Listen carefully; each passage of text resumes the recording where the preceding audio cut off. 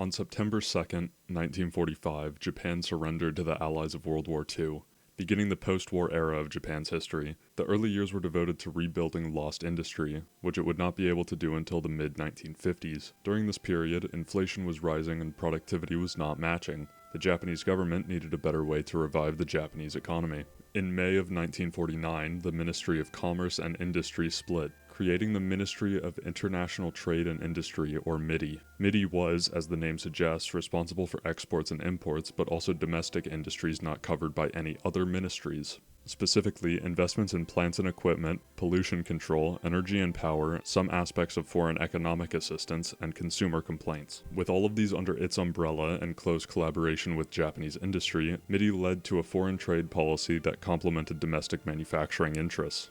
MITI's influence was so great that as late as the 1980s, prime ministers were expected to serve a tenure as MITI minister. However, it lost influence when the floating exchange rate between the US dollar and yen was swapped to in 1971 thanks to lobbying from the United States.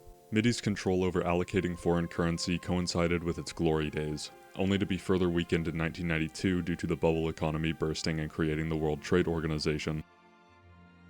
In 2001, it was reorganized into the Ministry of Economy, Trade, and Industry. While MITI was a driving force behind economic growth, METI is a more limited and generalized government office. It has jurisdiction over economic and industrial, trade, energy security, intellectual property, and industrial technology and innovation policy, as well as control of arms exports. On April 27, 1865, New York State Senators Andrew Dixon White and Ezra Cornell founded Cornell University on Ezra's farmland in Ithaca, New York.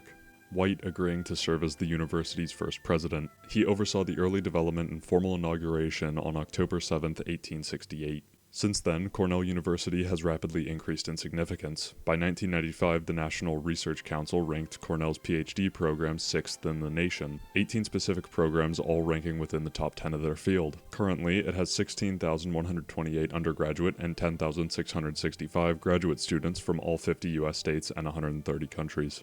In 2007, an employee of the Japanese Ministry of Economy, Trade, and Industry was selected by the Japanese government for a full financial support scholarship to get his graduate degree overseas, part of the Japanese government long-term fellowship program, to study at Cornell University in New York. This individual is Ryotaro Mihara, an anthropology major who had graduated from the University of Tokyo in 2003. He would later go on to be a founding member and deputy director of the Creative Industries Division of METI, and is currently an associate professor at the Faculty of Economics at Keio University in Yokohama. But during his time at Cornell, he would create a master's thesis with probably the highest academic significance we could ever ask for. During a global recession, and admitted by Mihara as not directly related to government work, the Japanese government funded a paper titled Haruhi in USA, a case study of a Japanese anime in the United States, published in August of 2009.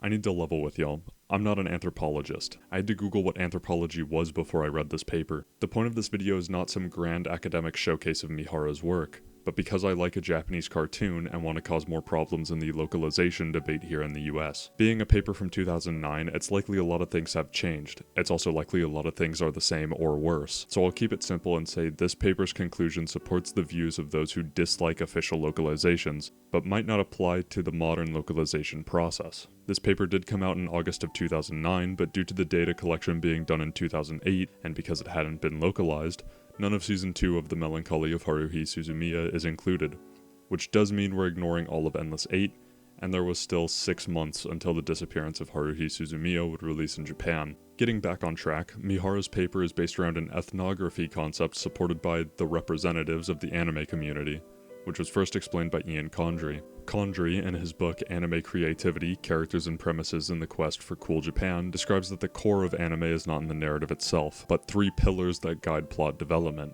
These pillars are setting, character, and worldview. The worldview is the most important of these 3, and it's why Mihara refers to this method of understanding anime as the worldview approach. It's the whole system of a series. The ideas and themes a series values in conjunction with the characters and their place in the setting. Basically, worldview encapsulates and expands on the other 2 pillars. Condry notes that this is how anime studios make anime, with these ideas coming before any beat-by-beat story writing. Due to the worldview being something created by a producer of a series, it must be sourced from somewhere. Mihara uses an idea by Gordon Matthews of the global cultural supermarket, where ideas and aesthetics can be taken and used in other ways.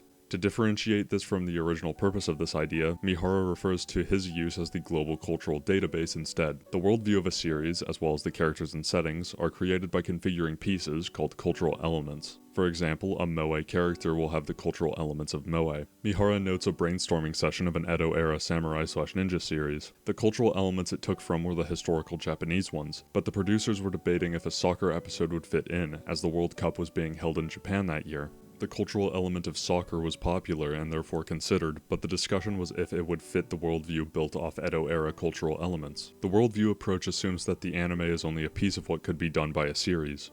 Anime is inherently mixed media, as the characters and settings appear in different forms. All these pieces are governed by the worldview and contribute to a consumer's understanding of the worldview.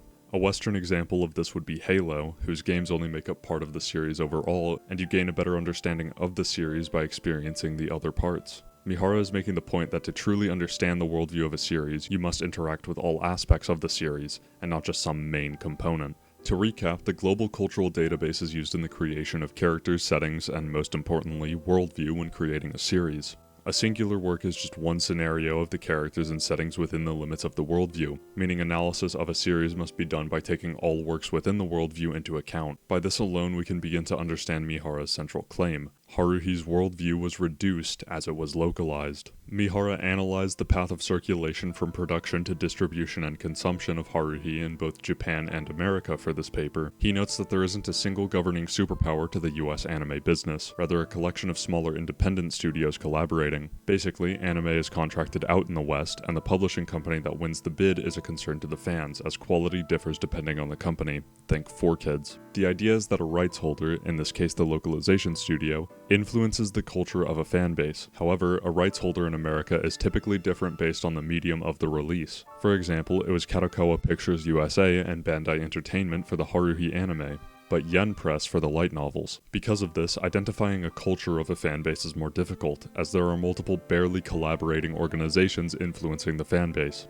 Due to this, Mihara focuses on the ethnography of these organizations to understand the culture of localizers, and how that impacts our ability to understand a series' worldview. Mihara then notes the tendency for localizers and consumers to have an idea of an authentic text of an anime that is to be preserved and understood. The US fan history has been in rejecting any changes made by localizers, while localizers have created the goal of catching and transmitting the creator's intentions. However, Mihara notes, there is no singular, authentic Haruhi, and consumers have power in what's considered authentic through works that fit into the worldview, which does necessitate accurate translation, just not the stiff or mechanical direct translations. The point Mihara is trying to make is that the authentic text they're referring to is the worldview. This means anime is localized in relation to the worldview, and US fans consume the official releases in relation to the worldview. The intent, successes, and failures of the localizers to transplant the worldview is what Mihara is investigating with this paper. The localizers' failures are, in part, what leads to a reduced worldview,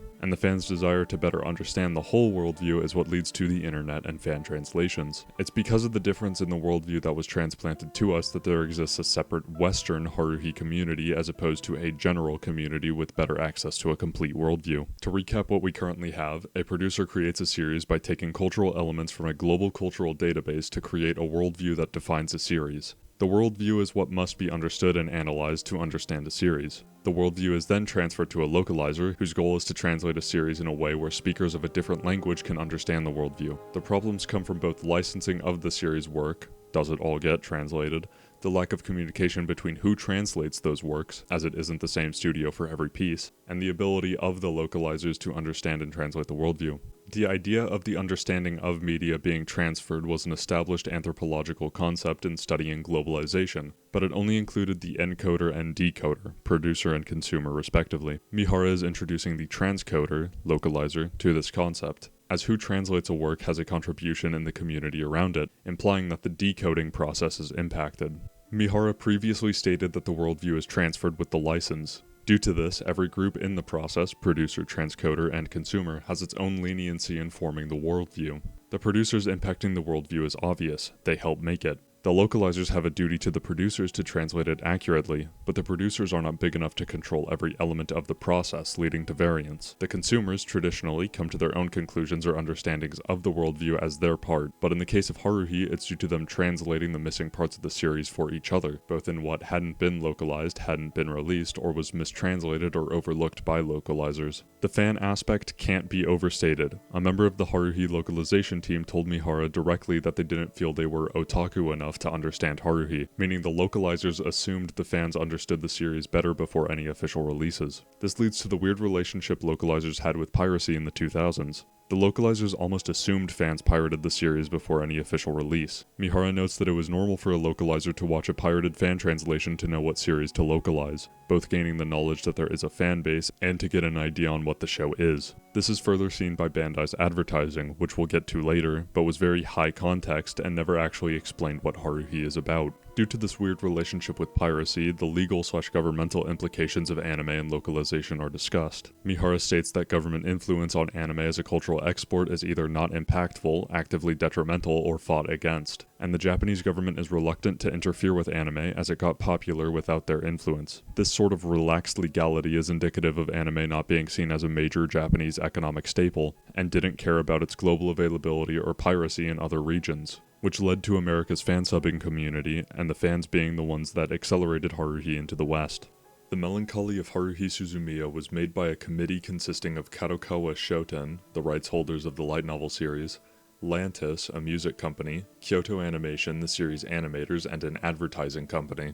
The localizers were sub-licensed by Kadokawa Pictures USA, which I will call Kadokawa USA from now on, which were Bandai Entertainment, which is the US branch, I will be calling them Bandai as the Japanese branch is not involved in the story, for promotion and distribution, and Bang Zoom for translation and dubbing. The reason Mihara chose Haruhi was multifaceted. The simple reason is that it was popular in both Japan and the US. Mihara argues it might have been more popular with otaku audiences in America than Japan. Both regions had similar sales, despite America having a third of the target audience. It has a global popularity that Mihara describes as random, unpredictable, and sometimes embarrassing, which is at odds with the stateless worldview of other globally popular shows. Haruhi focuses heavily on Japan for its worldview, indicating the target audience was exclusively Japan, yet it became popular globally. On top of this, it's an ideal mixed media series to demonstrate how it can't be transplanted outside of Japan. Finally, Mihara notes the large internet presence, showing how fan efforts online can supplement the reduced worldview from localizers. The core questions to this research are: what is the empirical transnationality of anime? How and by whom is anime made transnational? And how is anime transnationally localized/consumed?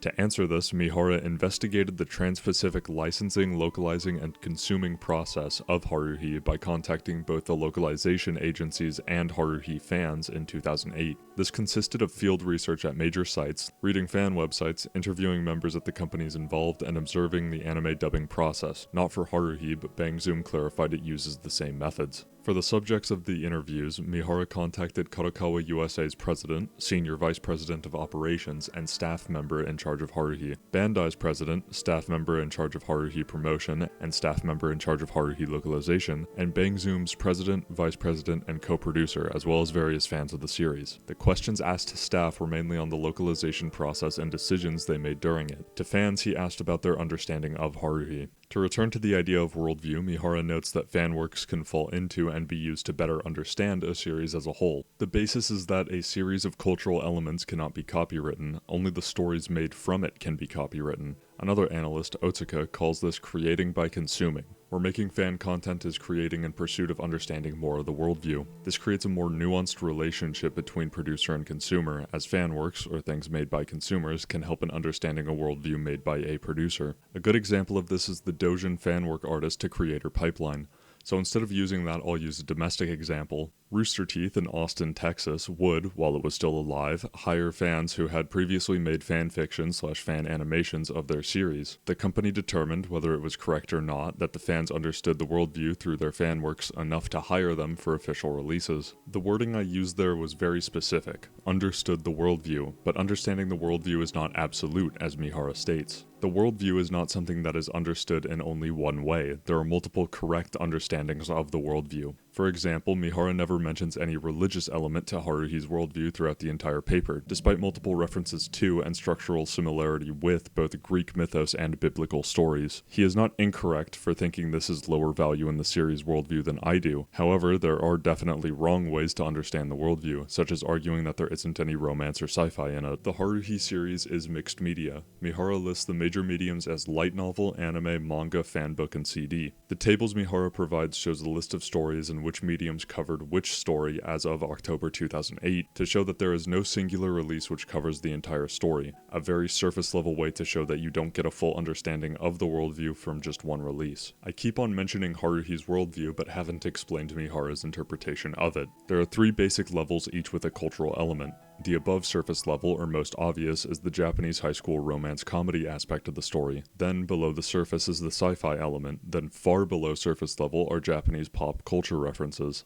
Tanigawa is a huge sci-fi fan, and Mihara riffs for like 3 whole pages on where all the sci-fi stuff was taken from. Mihara mentions the android's ego as a sci-fi concept where Tanigawa gives his opinion on it through the story, and to call this a below surface level aspect of the worldview is hilarious when it's the plot of the movie. Mihara follows this up by spending 6 pages explaining and showing tables of Japanese pop culture reference. The one I've heard most prevalently is Linda Linda Linda being the basis and protagonist appearing in Live Alive, but there's a few interesting notes about the Hare Hare Yukai. The idea of a dance outro was taken from Hail Goose ending Fun Fun Shout, while the choreography was taken from different dances by the Berries Factory.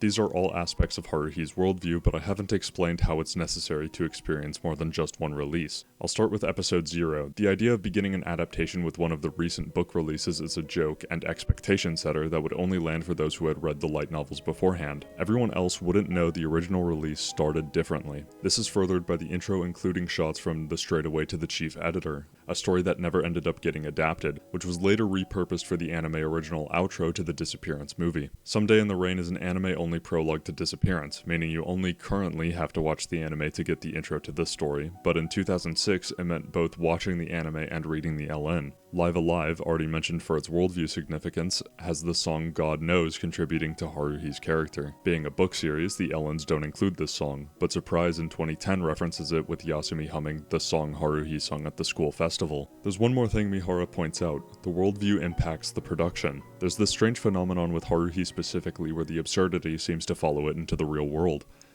But not like this paper or this video. These are totally normal things to make. An example of this is with the anime production in Japan, where you can see the ultra director Haruhi Suzumiya in the credits. The staffs involved in Haruhi anime production confess that on many occasions, Haruhi made them do things, and that it was Haruhi who made the anime series possible. What they're implying was that the eccentricities and unreasonable activities of the production was based on the worldview of a series that revolves around an eccentric and unreasonable titular character. Mihara has already mentioned how analysis of a worldview requires considering all pieces of the series, and you probably saw where this was going. America typically doesn't get all releases of a series. Many Haruhi works, even today, stay unlocalized, and each product is handled by different companies with rarely any communication with other license holders. Today, our officially untranslated works are mainly drama CDs, video games, and the occasional short story, but it was much worse in 2008. While 70% of the official story releases had been licensed to localization companies, only 40% were released at this time. Bandai and Bang Zoom's anime was practically the entire officially available series aside from one volume of the manga, with Yen Press's light novel localization coming later.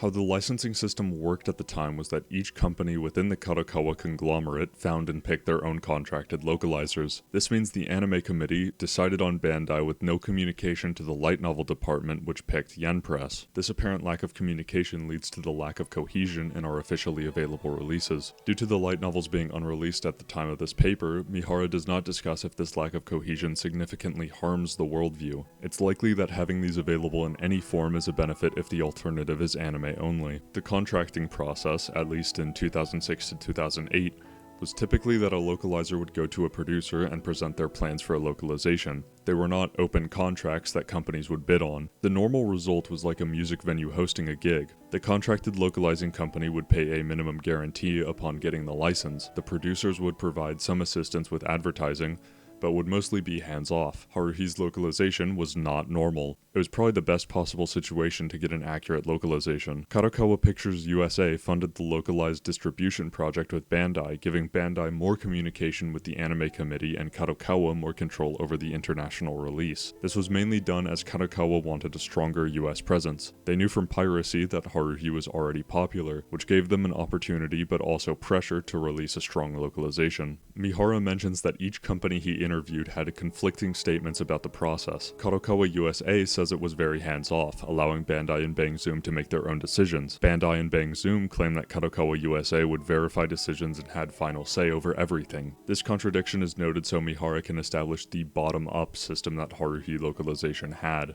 Bandai and Bang Zoom made drafts and plans, and those were only significantly changed if it was beyond the scope of the contract with Kadokawa. Effectively, all decisions regarding the localization itself were made by Bandai and Bang Zoom, while Kadokawa USA gave it final approval, meaning the communication with the anime committee was not as often as you'd think. If the reason you're watching this video is to validate your feelings about hating English dubs, this is the section you'll really enjoy. Mihara notes that English anime VAs often don't watch the show they're about to dub beforehand, let alone read the original works. Bang Zoom did not provide scripts or explain the anime in advance, only briefing VAs right before recording for the day, meaning VAs record on the spot without any preparation, a claim supported by Bang Zoom's president and vice president. Effectively, the voice acting in the English dub did not take any elements of the worldview into account at all, making it an objectively worse version of comprehending the Haruhi series. This problem, among others, are likely due to the small size of the dubbing/localizing industry in America. Rather than being a national industry with big money, dubbing was very regional at the time. If you didn't live in Texas, big cities on the West Coast, or New York, you were not able to become a VA. On top of this, dub acting in the US was considered a freelance side gig, while the actors/actresses pursued other forms of voiceover or acting work. This contrasts with Japan's national VA production companies with employees. The localization agencies were aware of Haruhi's worldview. Staff had read the LN and watched the anime, mainly in 3 parts on YouTube, even understanding the impact the worldview has on production. The president of Kadokawa USA described his work as Haruhi's slave. However, because of the bottom-up production, the ones most familiar with the worldview didn't take initiative, rather allowing Bandai and Bang Zoom to lead the translation. To really drive this point home, Mihara states that Kadokawa USA literally just skimmed the translated script before giving approval. Unlike KyoAni, who held essentially a book club to discuss and better understand the worldview, the American localization basically said, yeah, you got the idea, to each other, both between companies and between employees in the same company. Effectively, every member of every company involved in the localization process had their own interpretation of the worldview, rather than KyoAni's approach of having one interpretation made from discussion. With each party having their own, potentially incomplete, understanding of the worldview, Mihara's claim of a reduced worldview begins to make more sense. Japanese cultural elements are skimmed over or unexplained, the sci-fi presence was lessened, and a greater focus was placed on the surface-level Japanese high school romance comedy. However, it gets much worse.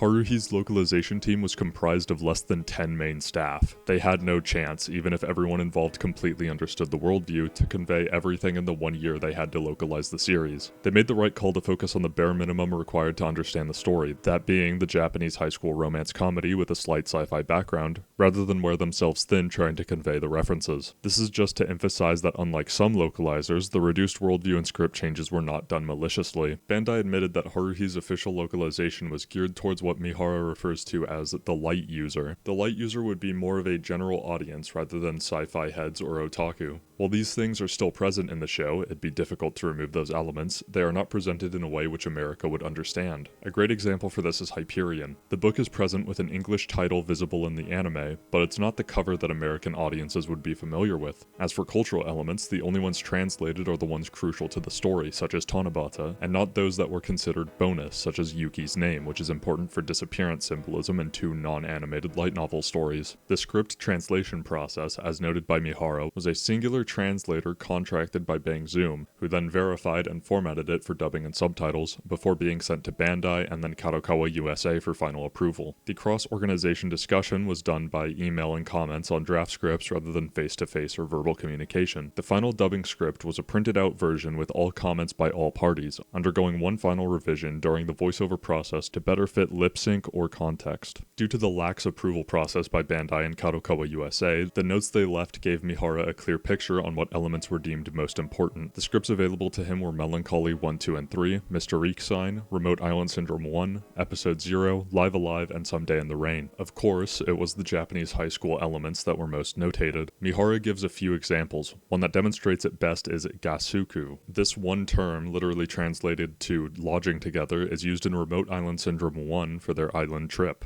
There were many notes on what word would fit best. Things like camp or vacation were deemed too lax for the sports-like connotation of the word. The one decided on was retreat, which still fails to convey that Haruhi was treating this like a captain and the brigade as a sports team. The other and funnier example is the Japanese school year system. They eventually decided on removing sophomore and describing first, second, and third years as freshman, junior, and senior. I already mentioned Rooster Teeth, so let's double down. Ruby is a show that originated in Texas, which, for some reason, decides to use Japan's school year system. Completely unlocalized. They just assume we all knew what they were talking about, and it worked, to be fair. Mihara states, roughly 45% of the substantive comments appended on the script by the original translator and scriptwriter were related to Japanese high school life format. Only about 10% were related to sci-fi elements, mostly with toned down or simplified wording for technical terms. Mihara's conclusion is that only the above surface level elements of the worldview were properly transcoded and understandable in the official US release. Evidence of a reduced worldview can be seen immediately in Haruhi's introduction. Haruhi's "If any of you are aliens, time travelers, or espers, please come see me" uses the simplest possible synonym for each term and omits sliders. While the mention of sliders was remedied in the official LN releases, the original terms are more vague and allow any oddity to fit in Haruhi's curiosity.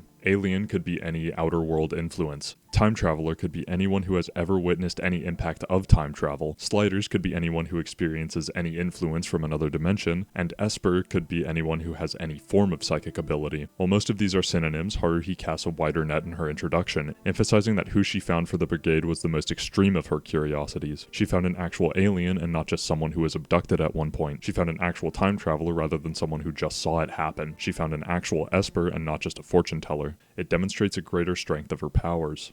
The removal of slider from this line was, as the localizers claimed, due to dub timing constraints. However, its inclusion was very important for Bamboo Leaf Rhapsody and setting up Surprise. While Surprise had not been released when Mihara wrote this paper, he notes that the lack of a slider's presence led to a lot of fan discussion in Japan that never happened here. Therefore, he argues, its removal demonstrates the localizer's lack of familiarity with the worldview. What's more interesting is that the original script, before edits, had the line identical to Kyon's introductory monologue, emphasizing the similarities between Kyon and Haruhi, and indicating that the relationships held more prominence in the localizer's minds. However, there is one detail that is a reduction in all aspects of the worldview and indicates a lack of fundamental understanding about the show. In episode 4, Asakura's sped-up spell lines are foreshadowing for disappearance. Since this is a reference to a then non-adapted story, the anime's addition to the worldview is lessened. Because disappearance is based on the sci-fi idea of the android's ego, its lack of translation, they use the original Japanese line, is a reduction in the sci-fi elements. Finally, this line is about Nagato's relationship to Kyon, meaning the localizers failed to catch a line that contributed to the elements focused on. As it turns out, they just didn't realize the sped-up spells had any meanings when recording until the very last one in the season, meaning only one spell in Mr. Eek-san was translated, and the rest are the original Japanese audio. Roughly 27% of the cultural elements were left unlocalized. This is where I begin to disagree with Mihara's insistence that this is a reduction, as many of these references were never verbalized but instead implied. For example, in Day of Sagittarius, Kyon's outfit is meant to reference Yang Wen Li from Legend of the Galactic Heroes. This is something I don't believe needs to be translated or made more evident, as I could live in Japan, only start watching anime in the mid-2000s and not catch this reference, so no additional explanation is not necessarily a reduction. However, there is definite reduction in the way the DVDs were released. I need to reiterate that the worldview takes absolutely everything into account, so these examples are nitpicks, but ones that contribute to an understanding of the series. The English box art of the Season 1 Volume 4 DVD in America uses art from Day of Sagittarius and not Someday in the Rain. This draws focus away from the jacket prevalently featured on the original box art. The jackets are an indication of Nagato's appreciation for Kyon, an act paralleled by Kyon later in the Disappearance adaptation, and emphasizes the more subtle plot of the episode as a prelude to Disappearance. Continuing with Someday in the Rain, the DVD chapter titles add to the episode. The scene where Tsuruya asks Nagato where everyone else is, and Nagato refuses to answer, is titled Nagato's Lie in the Japanese DVD chapter titles. The American release does not have these chapter titles. there are objectively less clues on Nagato's ulterior motives in the English release. By 2008, 75% of official Haruhi releases in Japan were already fan-translated. This is 35% more than the officially licensed releases at the time. Due to how these fan translations were distributed, Haruhi's worldview in the West was homogenized to a single platform, the internet. Mihara notes, Haruhi consumption in the US can be evaluated as relying more heavily on the internet than in Japan. Online fan activities supplement crucial parts of the worldview. Basically what Mihara is saying is that you can find information on the internet, which is a crazy concept. Fans compiled that information into easy-to-find and digest fan sites. These sites explained many of the cultural elements, think trivia pages, accounting for at least 60% of the elements Mihara listed, 50% of those being unlocalized. These fan sites were major places for information, translations, and discussion to deepen the Western understanding of the worldview. It was the fans who made unofficial translations, story synopsis, and trivia pages which allowed others to comprehend many of the show's unlocalized aspects. While the transcoders of Haruhi anime and the United States centrally seem to understand its worldview in above-the-surface level, Haruhi fan sites pay more attention to below-the-surface level of hardcore science fiction. US fans, deprived of guidebooks and magazines available in Japan, tend to use the internet as a dictionary for what they don't get, because you can still tell something is a reference even if you don't know what it's referencing. The common view when it comes to legality is that the rights holder holds all the cards compared to the consumers. This power dynamic is completely different with Haruhi. It's more of a cooperative relationship. For a localization company, which is typically very small, the audience of a product is only generated by piracy. There would be no demand for an official Haruhi release if no one knew what Haruhi was, so copyright had to be sacrificed to do business. Bandai was aware of piracy and advertised Haruhi under the expectation that their audience had already pirated it. Their advertising was almost entirely online. Their promotional website was created in 2006 and updated until late April 2008 with news and questionnaires. They made a MySpace page for Kyon, ran by an outsourced admin who was extremely knowledgeable with the entire Haruhi timeline. Basically, the advertising targeted people who already knew the series, which wasn't possible unless they knew Japanese or pirated it, to the point where their official advertising never explained the premise of the show. Bandai didn't just expect piracy, but full knowledge of the worldview. Their advertising strategy mimicked what KyoAni did in Japan with the dynamic in-universe website. For example, with no hint, Bandai hid announcements in the website's source code, which was a method for hiding news that KyoAni used. The assumption was that fans already knew about the promotional activities in Japan, basically saying, "I know that you already know." This was admitted by Bandai's web promotion executive, who said, "Hasn't everyone already read the novels?" when asked why he referenced, to this day, non-adapted plot points in the promotional material. This section was for Mihara to emphasize the importance piracy had on the series' Western migration, but it wasn't just Bandai admitting to knowing, the fans let them know. That previously mentioned MySpace page that Kyon had grew into a whole community, where characters like Asakura and Saruya had pages for them. However, Kyon's was the only one officially made, the rest were fans playing into it, referencing events that they could not possibly legally know about. To recap the last section, fan-subbers commit illegal acts to translate a series. That translation is utilized by official licensed translators as both licensed scouting and free advertising. However, Mihara doesn't let them off the hook without criticism. The fan-sub culture is seen as a resistance movement against big industry, but localization companies are far from big industry. This attitude makes sense if it was a company like Nintendo or Kadokawa themselves translating the series, but it mostly harmed Bandai and Bangzoom. It's less that localization teams are fine with piracy, rather they lacked the legal power to do anything. Funimation's legal team around this point was 3 people. Bandai's cease and desist procedure was if an employee feels like doing it when they have time. Kadokawa in Japan didn't care. The United States made up less than 1/9 of total anime revenue in 2008. Japan saw no need in making anime a global industry, and the revenue lost to the Japanese rights holders was negligible. In fact, anime sales were decreasing from 2003 to 2008 in the US, giving producers the idea that the US was not a viable market to be pandered to, despite attendance at US anime conventions increasing during that time. Because of how little it impacted Japan, it was the small localization companies that had to deal with enforcing copyright. Mihara concludes that the US localization business was very weak and immature, leading to a reduced worldview presented officially to fans. It was the unofficial and illegal activities of fans on the internet that supplemented the worldview and allowed fans to understand the series, making the internet a crucial player in the Haruhi business. For anime studies specifically, there is no transnational anime community due to how different our understanding of the worldviews are, meaning that fan culture isn't seen universally, it's separated by language.